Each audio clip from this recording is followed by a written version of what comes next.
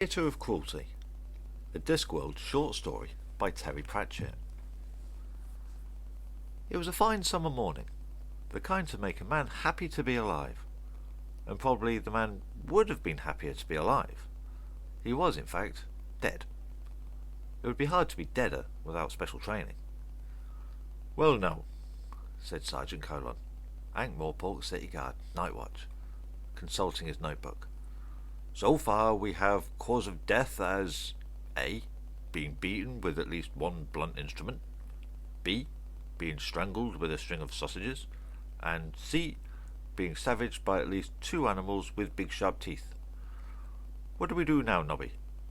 "Arrest the subject, Sarge," said Corporal Nobbs, saluting smartly. "Suspect, Nobby?"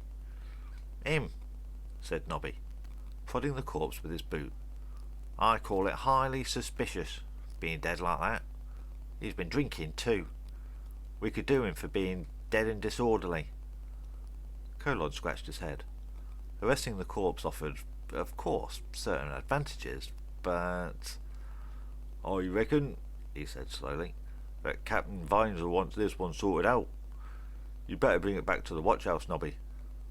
"And then we can eat the sausages, Sarge," said Corporal Nobbs. It wasn't easy being the senior policeman in Ankh-Morpork, greatest of cities on the Discworld, which is flat and goes through space on the back of an enormous turtle. And why not? There were probably worlds, Captain Vimes mused in his gloomier moments, where there weren't wizards who made locked room mysteries commonplace, or zombies. Murder cases were really strange when the victim could be the chief witness, and where dogs could be relied on to do nothing in the night time and not go around chatting to people. Captain Vimes believed in logic, in much the same way as a man in a desert believed in ice, i.e. it was something he really needed, but this just wasn't the world for it. Just once, he thought, it'd be nice to solve something. He looked at the blue-faced body on the slab and felt a tiny flicker of excitement. There were clues. He'd never seen proper clues before. "Could have been a robber, Captain," said Sergeant Colon. "The reason being, his pockets were full of money. $11. "I wouldn't call that full," said Captain Vimes. "It was all in pennies and halfpennies, sir. I'm amazed his trousers stood the strain. And I have cunningly detected the fact that he was a showman, sir. He had some cards in his pocket, sir. Chas Slummer, children's entertainer." "Suppose no one saw anything?" said Vimes. "Well, sir," said Sergeant Colon helpfully, "I told young Constable Carrot to find some witnesses." "You asked Corporal Carrot to investigate a murder, all by himself?" said Vimes. The sergeant scratched his head. "And he said to me, 'Did I know anyone very old and seriously ill?'" And on the magical Discworld, there was always one guaranteed witness to any homicide. It's his job. Constable Carrot, the Watch's youngest member, often struck people as simple. And he was. He was incredibly simple, but in the same way that a sword is simple, or an ambush is simple. He was also possibly the most linear thinker in the history of the universe. He'd been waiting by the bedside of an old man who'd quite enjoyed the company, and now it was time to take out his notebook. "Now I know you saw something, sir," he said. "You were there." "Well, yes," said Death. "I have to be, you know. But this is very irregular." "You see, sir," said Corporal Carrot, "as I understand the law, you are an accessory after the fact, or possibly before the fact." "Young man, I am the fact." "And I am an officer of the law," said Corporal Carrot. "There's got to be law, you know." "You want me to, grass someone up, drop a dime on someone, sing like a pigeon? No. No one killed Mr. Slumber. I can't help you there." "Oh, I don't know, sir," said Carrot. "I think you have." "Damn." Death watched Carrot leave, ducking his head as he went down the narrow stairs of the hovel. "Now then, where was I?" "Excuse me," said the wizened old man in the bed. "I happen to be 107, you know. I haven't got all day." "Ah, yes. Correct." Death sharpened his scythe. It was the first time he'd ever helped the police with their inquiries. Still, everyone had a job to do.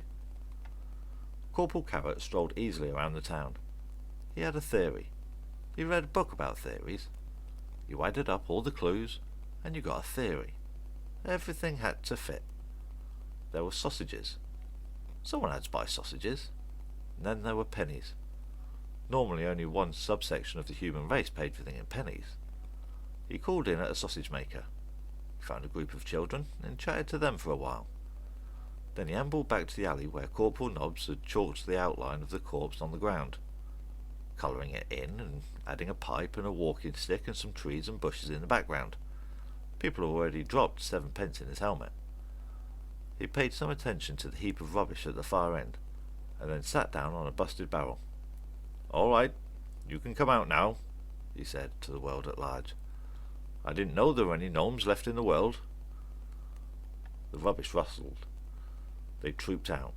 A little man with a red hat, the hunchback and the hook nose, the little woman in the mop cap carrying the even smaller baby, the little policeman, the dog with the ruff around its neck, and the very small alligator. Corporal Carrot sat and listened. "He made us do it," said the little man. He had a surprisingly deep voice. "He used to beat us, even the alligator. That was all he understood, hitting things with sticks, and used to take all the money the dog Toby collected and get drunk. And then we ran away, and he caught us in the alley and started on Judy and the baby, and he fell over and—" "Who hit him first?"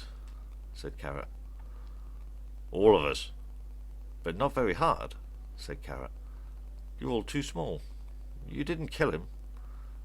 Convincing statement about that. So I went and had another look at him. He'd choked to death. What's this?"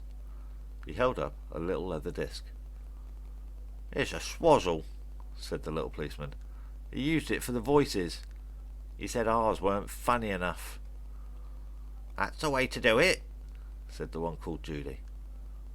"It was stuck in his throat," said Carrot. "I suggest you run away, just as far as you can." "We thought we could start a people's cooperative," said the leading gnome. "You know, experimental drama, street theatre, that sort of thing. Not hitting each other with sticks." "You did that for children," said Carrot. "He said it was a new sort of entertainment. He said it'd catch on." Carrot stood up and flicked the swazzle into the rubbish. "People'll never stand for it," he said. "That's not the way to do it." The end.